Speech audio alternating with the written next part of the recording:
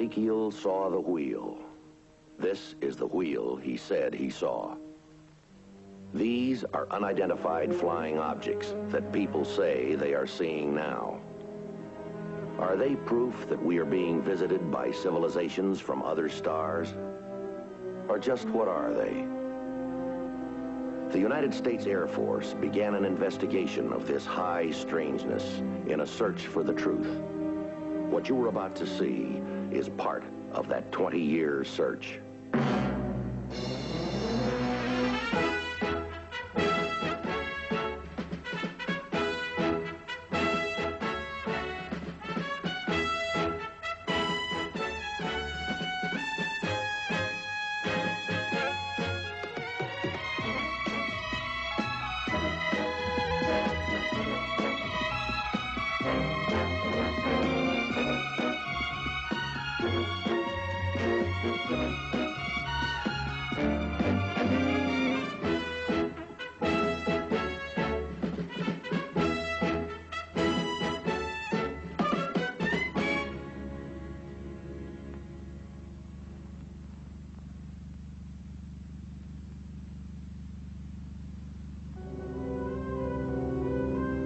People.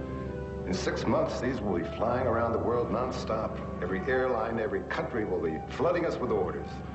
That stock you have will be worth millions. Stewardess. What's the trouble, Mrs. Jameson? Will you tell the pilot that we're being chased by a flying saucer? Look for yourself. See it down there? It's a flying saucer.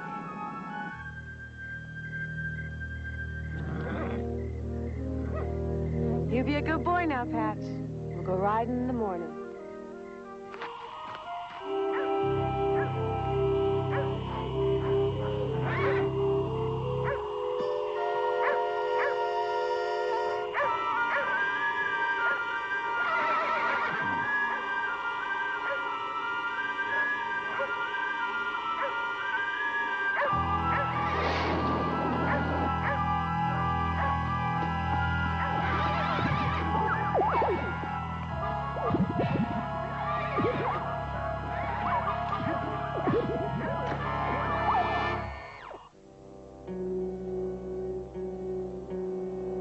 It has always been our contention, despite denials by the Air Force, that one day these extraterrestrial life forms will make themselves known to us.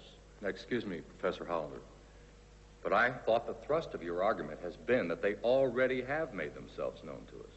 Only to a few select people. And why is that? The real truth is there are aliens out there. They are observing us. They are so far advanced that we could never comprehend them. And only when they are ready to reveal themselves to us will we know their intent, good or bad. The Air Force, for whatever the reasons, feel the general public cannot handle the concept of alien beings, that there would be widespread panic. And so they have done everything in their power to hide the truth.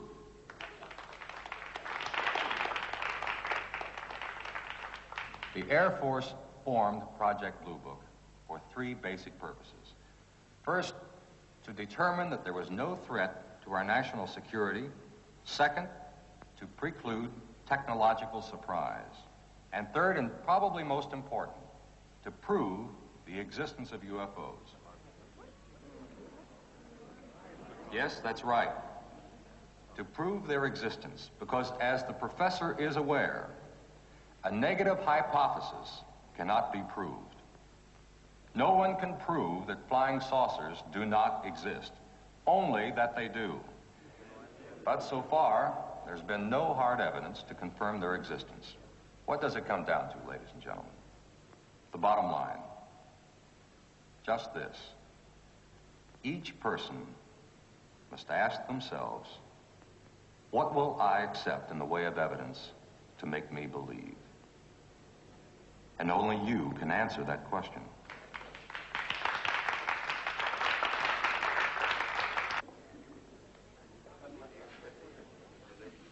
You were very good tonight, Jay. Oh, Thank you, Kenny. You always seem to do your homework, don't you? People want to believe, Jake. That's something you don't seem to understand. I understand, and I know you do, judging from your latest book sales. They've sold well. I can't deny that. But my primary purpose always has been to seek the truth. Well, keep seeking, Kenny, and so will we.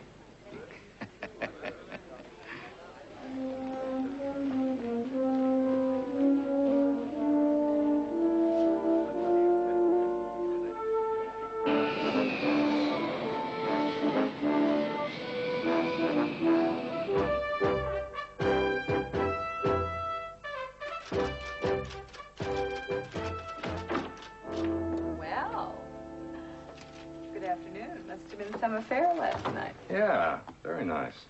And I'm not that late. I'm a late. No more than the boss. How do you feel? Great. That was some party. I enjoy mingling with the intellectual set. And I feel they enjoy me, too. There's a Mrs. Marshall waiting in your office for you. Do I know her? No, but she seemed to know you, and she looked upset. Mrs. Marshall? Yes. I'm Jake Gatlin. This is Sergeant Fitz. How are you? Would you like to sit down, please? Thank you. Would you like a cup of coffee, ma'am? Oh, no. Thank you. I'm not really sure that I should even be here. Is there some way we can help you? I don't know. You see, I was at the debate last night. I usually don't go to those kinds of things, but I needed information. What kind of information? On flying saucers. I just don't know anything about them. Well, you're not alone. Well, it's very important that I know. Why is that, Mrs. Marshall? Because my husband has invested in a flying saucer factory. I'm not quite sure I follow you. He's taken out almost all our savings, $10,000, and bought stock in a company that's going to make flying saucers. What's the name of this company, ma'am? Advanced Aerodynamics Corporation. It's in Kansas City. What is it that you'd like us to do? I'm not sure. You see, Alex, that's my husband. He's always believed in UFOs. He belongs to several saucer clubs and attends all the meetings and gets all the literature. He would have gone with me last night, but he had to work. Yes, ma'am. Go on. Well, at one of these meetings, he met Mr. Cochran. He's president of the Advanced Aerodynamics. Well, he told Alex that he obtained plans of a flying saucer from some aliens, and his company was going to manufacture them. And he was allowing a few people to get in on the ground floor. Mrs. Marshall, I think you should be telling this story to the FBI. Whatever for? Because this is the Air Force. We have no jurisdiction in civilian cases. Oh, I don't want anybody arrested. I guess that what I wanted to find out, do you think it's a sound investment? And is there such a company? My advice is go to the FBI or to the Securities Exchange Commission and file a complaint. A complaint? Oh, no, I could never do that. No. I'm sorry. I really shouldn't have bothered you. Thank you. Hope you guys have got your bags packed. Always. Twix just came in, ops immediate. A flying saucer landed on a ranch just outside of Cheyenne, a place called Howard Crossing. The ranch house was attacked by a group of alien beings?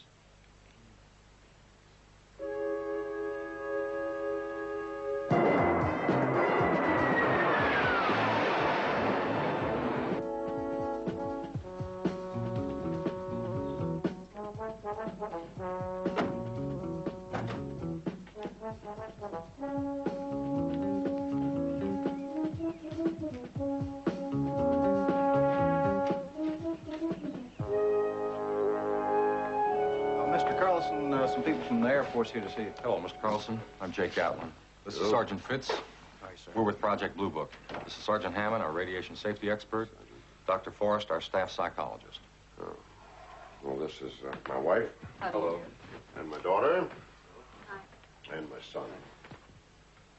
Major, usually take this many of your people to check on a report? Yes, sir. Sometimes. Obviously, you don't believe one word we said. We try not to make value judgments. We're here to investigate and to gather enough evidence to substantiate your story. Substantiate? Let me tell you something, Major. I'm the 4th generation on this land. My great-grandfather built this ranch. He had to fight the Arapaho and the Cheyenne to do it. We're God-fearing people. We work hard. We go to church regular. And we do not cheat. And above all, we do not lie. We'd like to hear your story, Mr. Carlson, exactly as it happened. Well, so your psychologist there can decide if we're crazy or not? That's not the reason I'm here. The Blue Book people employ me on occasion as a consultant. And sometimes I'm able to pick up on things that the average person can't hear. In my book, Doctor, that comes down to the same thing. It really doesn't, Mr. Carlson. When people are subjected to traumatic experiences, the mind has a way of closing the door on events it doesn't want to deal with. Sometimes the right questions can help open that door. All right. Martin, tell them. Yes, sir.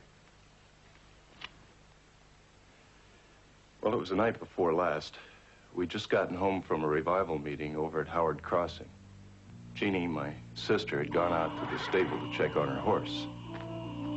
As Jeannie was coming back to the house, she saw this white ball of light in the sky.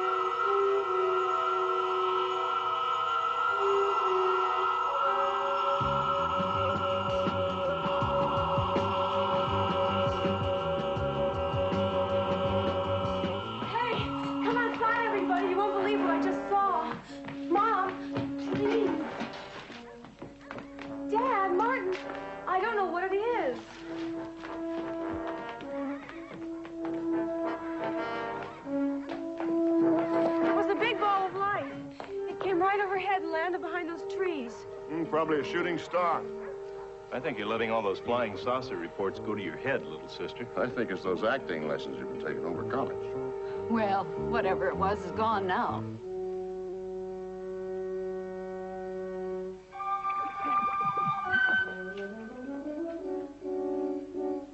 I've got some fresh pound cake. I'll go fix some coffee. Good.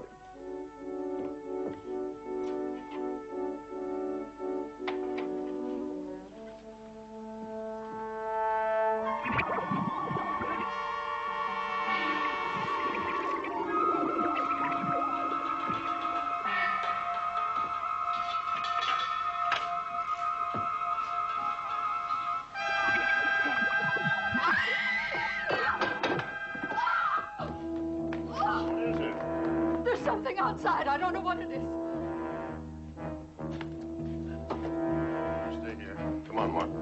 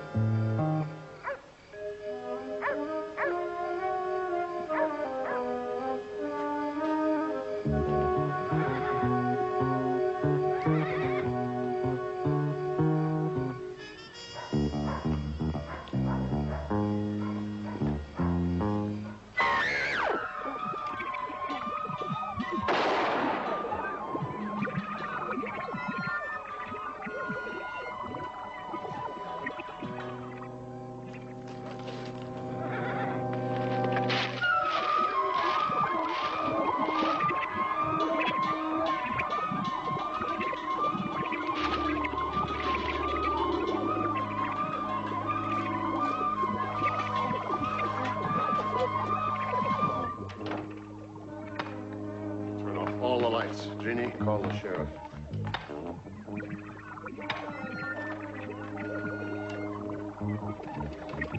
It's dead.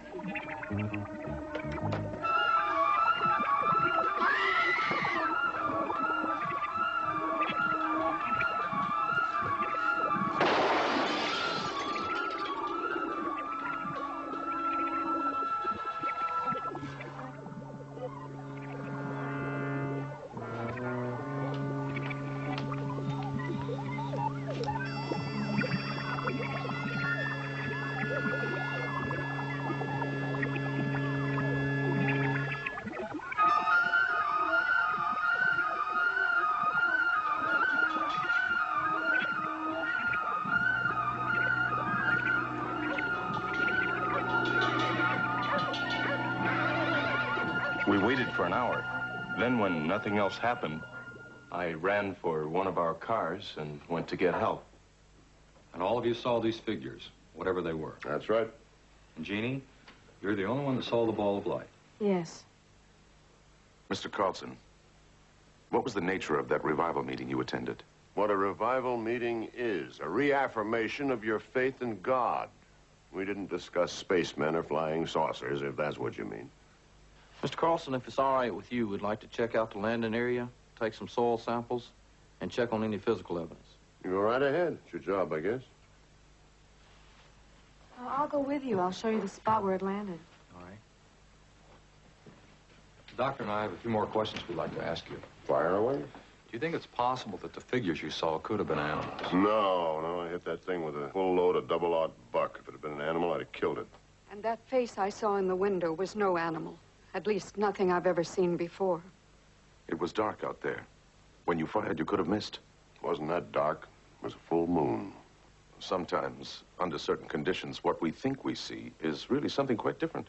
I said it before, I'll say it now. You don't believe this, not one word of it. Mr. Carlson, what I'm trying to do is point out that everything is not black and white. You take two people who witness an accident, both reasonably intelligent with all their faculties. Yet the stories they tell can be diametrically opposed. Why? Because it's just possible that subconsciously they may have interjected circumstances that they wanted to see happen. Are you saying I wanted to see these things? There is a theory that belief in extraterrestrial life has a highly religious connotation, that it strengthens one's faith in a supreme being. In my opinion, Doctor, that is pure blasphemy. I know where you're headed, but you're wrong. If it was just my sister who saw this, or me, I'd say you're entitled to your doubts.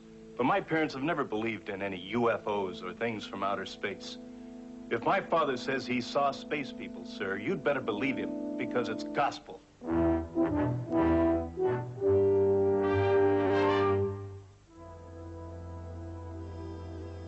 Sergeant Fitz, could I talk to you a minute? Yes, ma'am.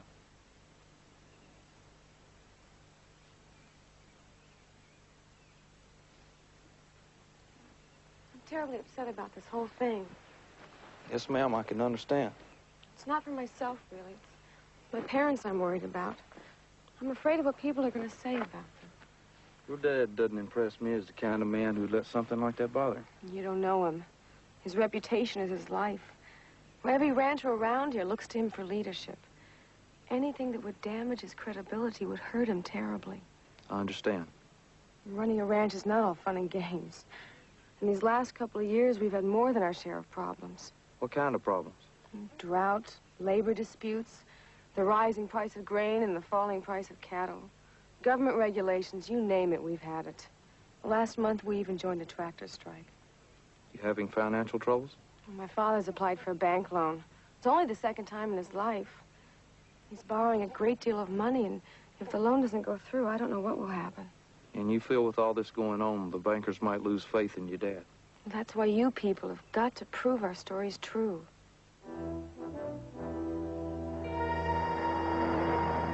I got no reading on the counter beyond normal background. We'll wait for the lab report on the soil samples. As far as I could tell, there was no fuel residue. But the lab will have to confirm that, too. What do you think of the Carlsons, Doctor? They seem to be a normal, well-adjusted family. The father's a bit authoritarian, but no question he runs the show.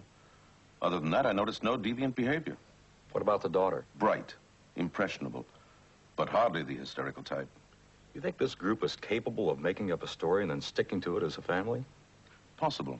They have a deep sense of loyalty to each other. But then a question arises. Why would they do it? There's that bank loan. That's always a possibility. But I can't see Frederick Carlson involving himself in that kind of fabrication just to get money. No, I think it goes a lot deeper than that. Are you talking about religion? Sergeant Fitz. They had just come back from a revival meeting. Now, I don't know if any of you gentlemen have ever been to a good old-fashioned revival, but I want to tell you it can be an emotional experience.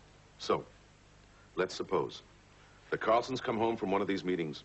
The adrenaline is flowing. They're on their own natural high. The daughter sees something, we don't know what. But you couple that with worldwide reports of flying saucers, religious fervor, and a full moon, and people's imagination can really start to work overtime. You think it was their imagination? Only a possibility. But whatever they saw, or think they saw, as far as they're concerned, they're telling the truth. That was Mrs. Greta Marshall, flying saucer factory lady. Now she wants to file a formal complaint with the SEC, but she wants to talk to us again first. First thing when we return to the base. You better make it now. She's out in the lobby. I know you can help me. That's why I came all this way. Your secretary told me it would be all right. What changed your mind, Mrs. Marshall? When Alex finally drew out all of our savings to invest in the rest of that stock, I didn't like it. But it was something he wanted to do. He had such faith in it. I didn't say anything. Well, that was yesterday. But last night, he said he talked to Mr. Cochran, and he has a chance to double his investment. Major, he wants to take a second mortgage out on our house, and I can't just sit by and let that happen. I used my grocery money to take the plane here, so I'm desperate. Can you tell us any more about it? After we made our original investment, we were invited to Kansas City to see the saucer factory. When we saw that flying saucer, I have to admit, it was breathtaking. Quite a sight, isn't it, folks? It sure is. Unbelievable. Just unbelievable. You're lucky people. In 6 months, these will be flying around the world nonstop. Every airline, every country will be flooding us with orders. That stock you have will be worth millions. Mr. Cochran, how does it work? Antimatter. Scientists have talked about it for years, but up until now, it's only been a theory. In other worlds, however, antimatter is an everyday energy source. I don't understand. What is antimatter? In layman's terms, it's simply a combination of elements which forms an anti-gravitational field. We have all the elements here on Earth. We've just never been able to whip up the formula. Could we go aboard, Mr. Cochran? I'm afraid not. It's in a white room. Absolute sterile conditions must be maintained at all times. But what's our government's position? I imagine something like this could be used as a weapon. We are working in full cooperation with the government. Every saucer will be processed by a special agency. We're like subcontractors to the government. I guess I should have asked more questions. There was so much I didn't understand. And then thinking about it later, it just didn't seem logical that the government would exercise so little control over something as important as this. You want to file a complaint, Mrs. Marshall? Yes. Yes, now I do.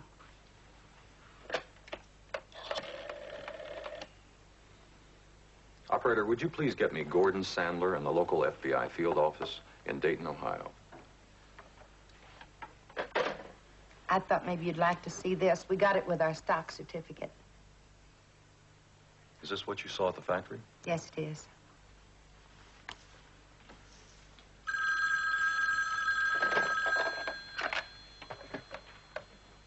Thank you.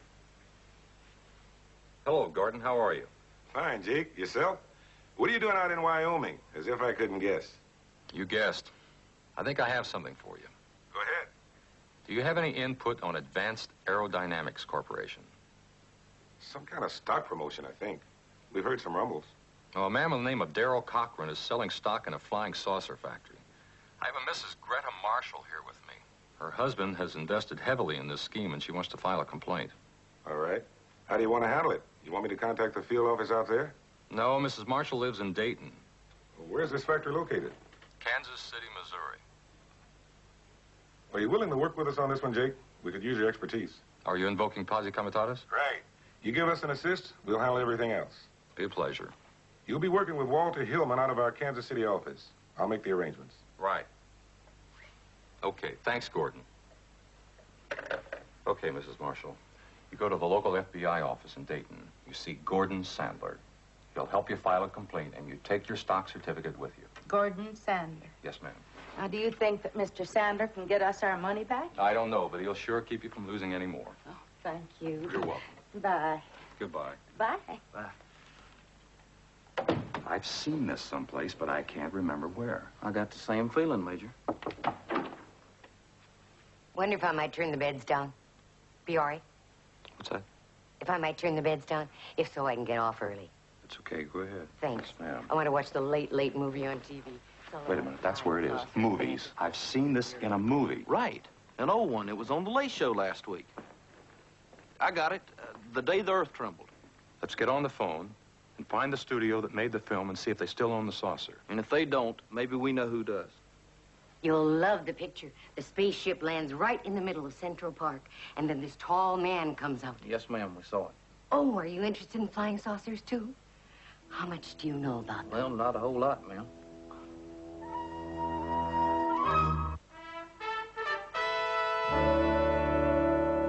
And you believe the Carlson story, is that right? No reason not to. I've known Fred Carlson all my life. Never seen him lie or even exaggerate. If he says it happened, I'll believe him.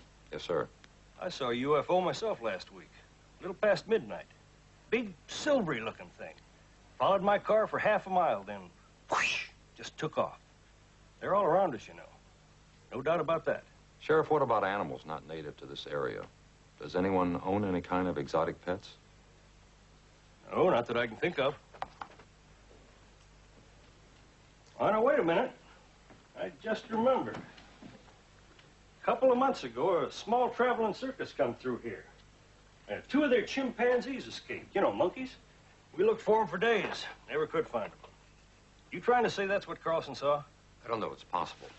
Well, thanks for your time, Sheriff. One more question, Sheriff. What about the Carlson's financial condition? Oh, not good, not bad, like most of the ranchers around here. Last couple of years been pretty rough. You might talk to Arnold Porter. He'd know more about that. Yes, sir. Who's Arnold Porter? He's president of the bank. Handles all of Carlson's business affairs. Thanks again. Can I give you boys a little friendly advice? Sure. We all like the Carlsons. They're good, upstanding people. We wouldn't want to see anybody coming around trying to make problems for them. No, sir. Neither would we.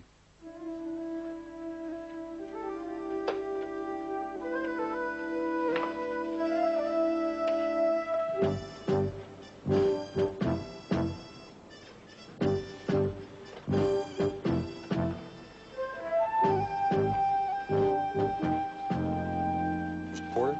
Yes? Oh, you're Major Gatlin. You're Sergeant Fitz. Sit down, if you please. Thank you. Sheriff Liggett called me. I understand you're interested in the financial condition of the Carlson family. Yes, sir, we are. We understand ranchers are having problems, not just here, but all over the country. Yes, you could say that about farming all the time. But as far as the Carlsons are concerned, they have a very large ranch. They could sell off a few hundred acres without hardly missing it. Why would they want to sell? I didn't say they would. I said they could. Major, set your mind at ease. This bank has loaned Mr. Carlson money before, but we were never concerned in the least about a payback.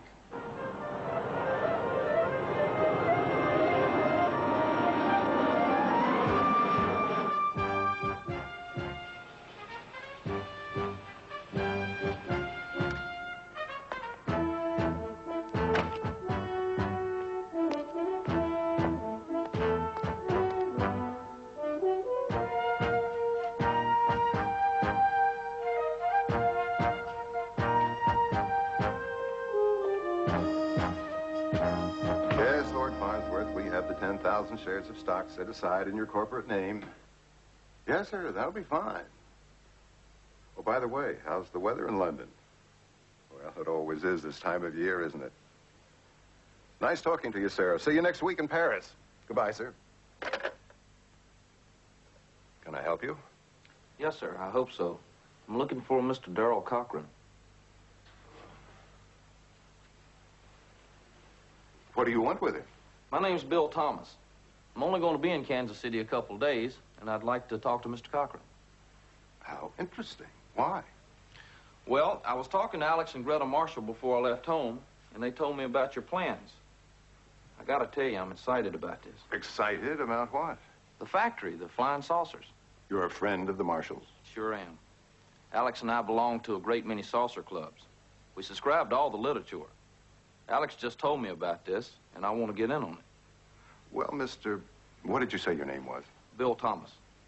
Well, Mr. Thomas, we have what you might call a closed corporation right now. We're oversubscribed.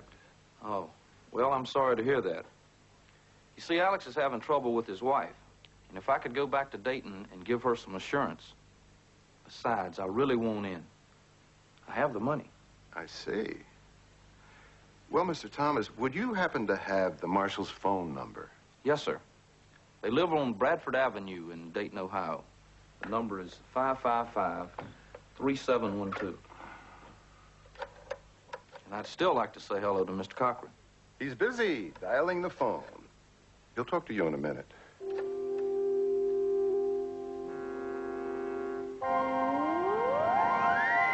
And Cochran bought it? Yes, sir, after he phoned Marshall.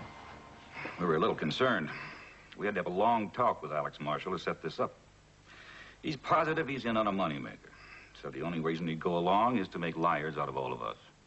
I'm supposed to be there first thing tomorrow morning with the money, cash. He'll have the stock certificates ready. And since I'm leaving town, I'll get to see the saucer right away. We'll need $10,000. No sweat. Ron, handle it. Mark bills, small denominations. We'll have the office staked out. You'll be wired when you go in there. We'll be able to hear everything that goes on. And we'll be right on Cochran's doorstep, Sergeant. Ron, what are we rolling on this job? TV repair truck. Okay, that's it.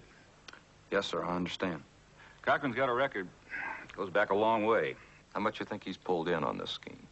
Our intelligence says he's suckered maybe 300-400 people. At $10,000 a crack, you're looking at better than $3 million. It's always hard for me to believe there's so many gullible people. I don't see why. You're one, aren't you, Mr. Thomas?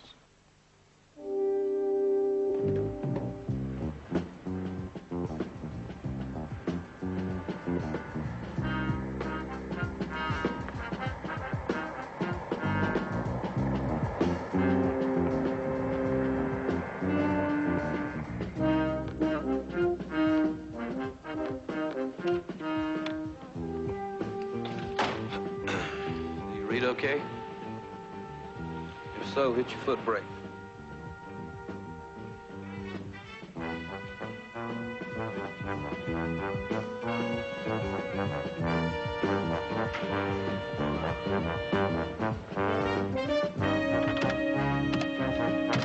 Roll tape, Bob.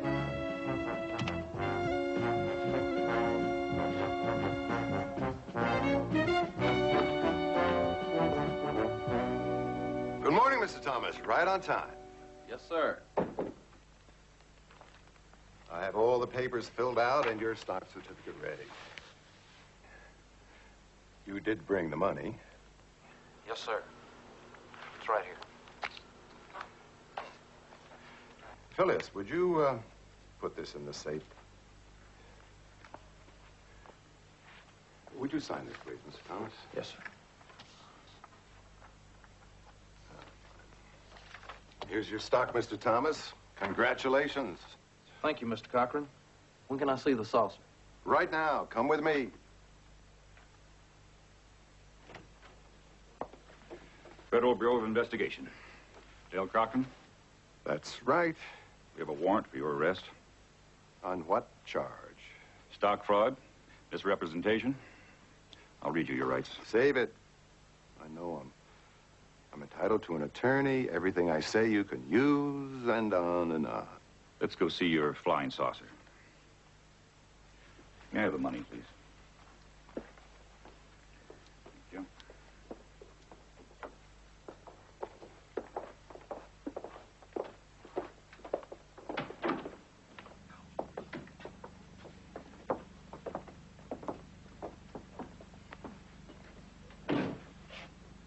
Very impressive. Let's all go take a closer look. You can't go in there. It's a white room. It's sterile. You better close that door. We talked to the motion picture studio where you purchased this saucer. Among other things, they auctioned off this particular piece some time ago. If that thing gets off the ground, you're home free.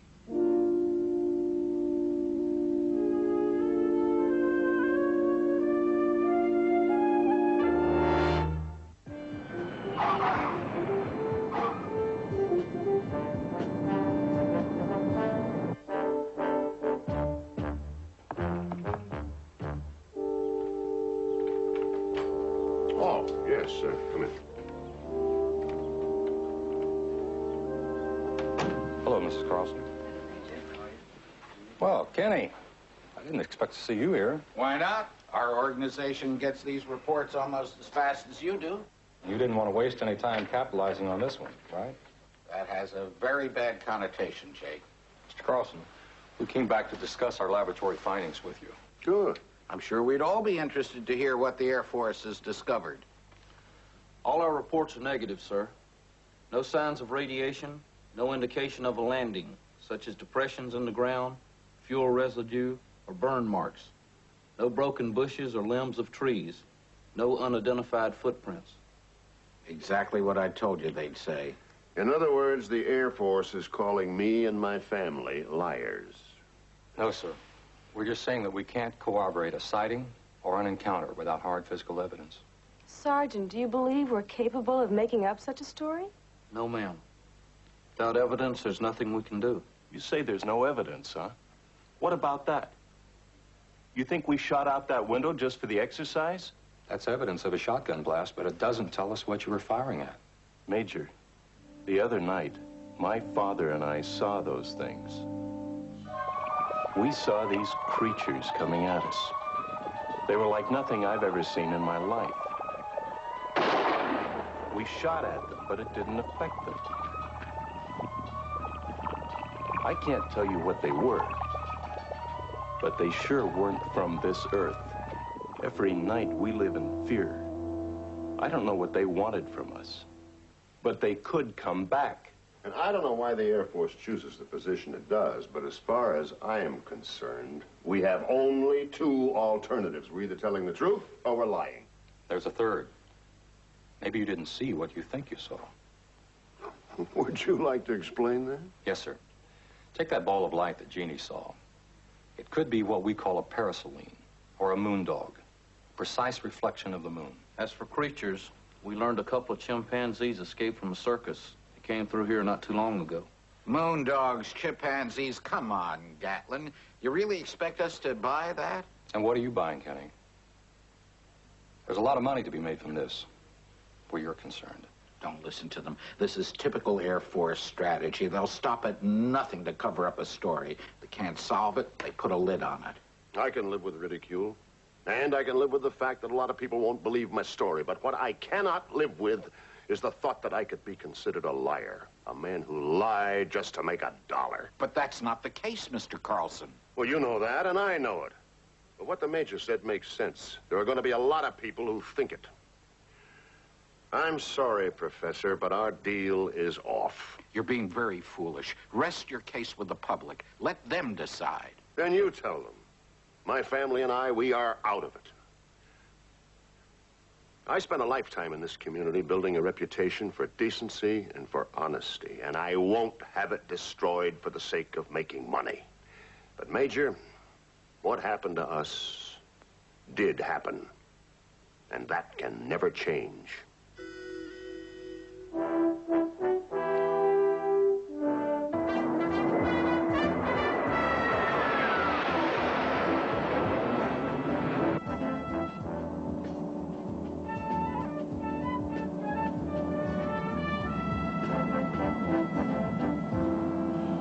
I really am whipped, sir.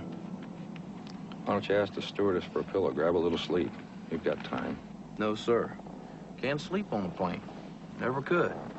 Even before I joined up. You're probably overtired now. Yes, sir. Next chance I get, I'm going into an 18-hour coma. Pardon me, Major. The captain would like to see you up front. Sure. Now's your chance. Grab that pillow. Like I said, sir, never could sleep on an aircraft. Not even flying a mission.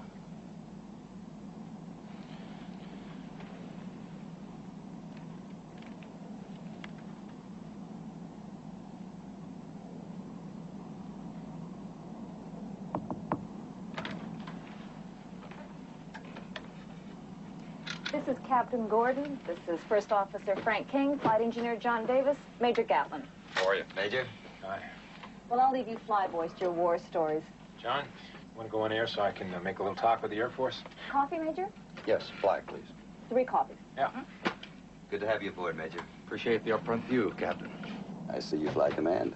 Not much anymore. Fly desk most of the time. What do you fly when you fly? These days, T-39s, F-5s, T-33s. Respectable aircraft, all. Me and Joe Carver, Philadelphia. Nice name. Nice city. And where are you from, Sergeant? 6 miles South Carolina, northern part of the state. Sounds like a small town. But big in heart. You staying over in Salt Lake? No. 2-hour turnaround and back to Reno. Gee, it's too bad. Oh, why? Your ribbons, I see you have a green and white with a silver bar. What were you driving in Southeast Asia? F-105 squadron. Thunder Chiefs, huh? You light off the back burner in one of those birds and you're long gone. Speed of light, man. They're swift. You're mostly GDO now, huh? Foreign Technology Division, back in Ohio. Ooh, right, Patterson Field, home of the UFO, huh? Is that it? That's it. Well, I thought since we were going to Salt Lake, we might amble over to the Mormon Tabernacle, you know? Listen to the choir, something like that. Something like that. Yeah, they really come on. Over 200 voices strong. They also have one of the biggest pipe organs in the world. Is that right? You know, I guess I've logged over 20,000 hours, and I've never seen anything yet that I couldn't explain. Good for you. But I guess they keep you people hopping, huh? Enter America, Flight 574, Salt Lake Center, over. Salt Lake, this 574, go ahead. 574, Salt Lake. You'll be cleared for descent after passage Bonneville Omni. Report out of flight, level 370, over. Salt Lake 574, will do. We estimate Bonneville fix in 9 minutes. Roger, 574. Oh, yeah. And the tabernacle itself, it was built by Brigham Young. It was constructed back in the 1800s, and the way the doors are designed, they all swing out for quick exit in case of fire. You know so much about it. I really feel like I've been there. You do? I sure do. Now I won't have to go, will I?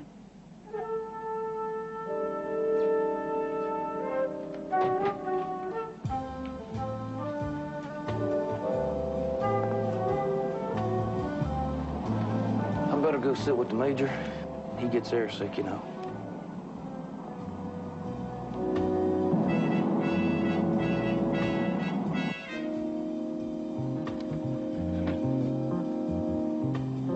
Look, there it is again. It's a real flying saucer.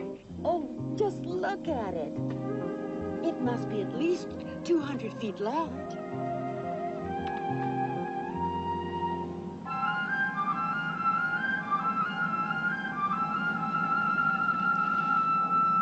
We should be where the Bonneville Flat's about now. Lake beds. They had weather up here about a week ago, if memory serves. Those lake beds are usually dry, but since it rained, it only takes a couple of inches to make the mirror. Stewardess. What's the trouble, Mrs. Jameson? Will you tell the pilot that we're being chased by a flying saucer? Look for yourself. See it down there? It's a flying saucer. It keeps getting closer and then zooming away. Excuse me, Miss Jameson. That isn't a flying saucer, ma'am. Why, look at it. Don't tell me, young man. Have you ever seen one? No, ma'am, but I believe I can explain what you're seeing there. You don't have to explain to me. I have perfect eyesight. It's a flying saucer if I ever saw one, and I am now. No, ma'am, what you're seeing there is a reflection of the moon. The moon? Well, how can that be? The moon's not down there. There is no airplane that flies above the moon. If you look up as high as you can, you'll see the real moon. See it up there? It's a full moon, and its reflection is being picked up off the water in the lake beds below. Really? Well, then why does it get larger and then smaller? Those clouds below the airplane, you see them? Here it comes. The saucer's getting bigger now. Those are called high cirrus clouds, Mrs. Jameson. They're composed mostly of ice crystals, making them highly reflective and equally distortive. As we pass over the clouds, the reflection appears larger. When we hit a break in the cloud cover, the reflection grows smaller, giving the effect of coming closer to us and then moving away. Is that clear, Mrs. Jameson? About like mud. May I, Major? You see, ma'am, those clouds, it's like holding a magnifying glass over the reflection. Then taking it away, it gets smaller, right? Wrong. Take a look out there now. It's gone. See? Now we'll never know.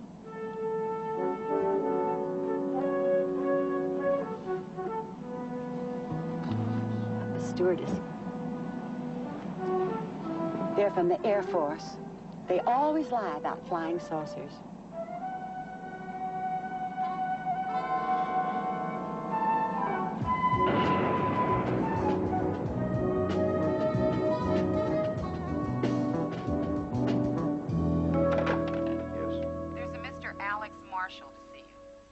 Send Mr. Marshall in. Probably wants to thank us for saving his house. Major Gatlin? I'm Major Gatlin. This is Sergeant Fitz. I could have made a fortune on that stock if you hadn't butted in. Mr. Marshall, the whole thing was a fake. Flying saucer was nothing but a piece of motion picture hardware, a phony. How would you know that? Did you give him a chance to show you if it would fly? I'll tell you what I'm going to do. I'm going to get myself a lawyer and I'm going to sue. Why can't you Air Force people mind your own business?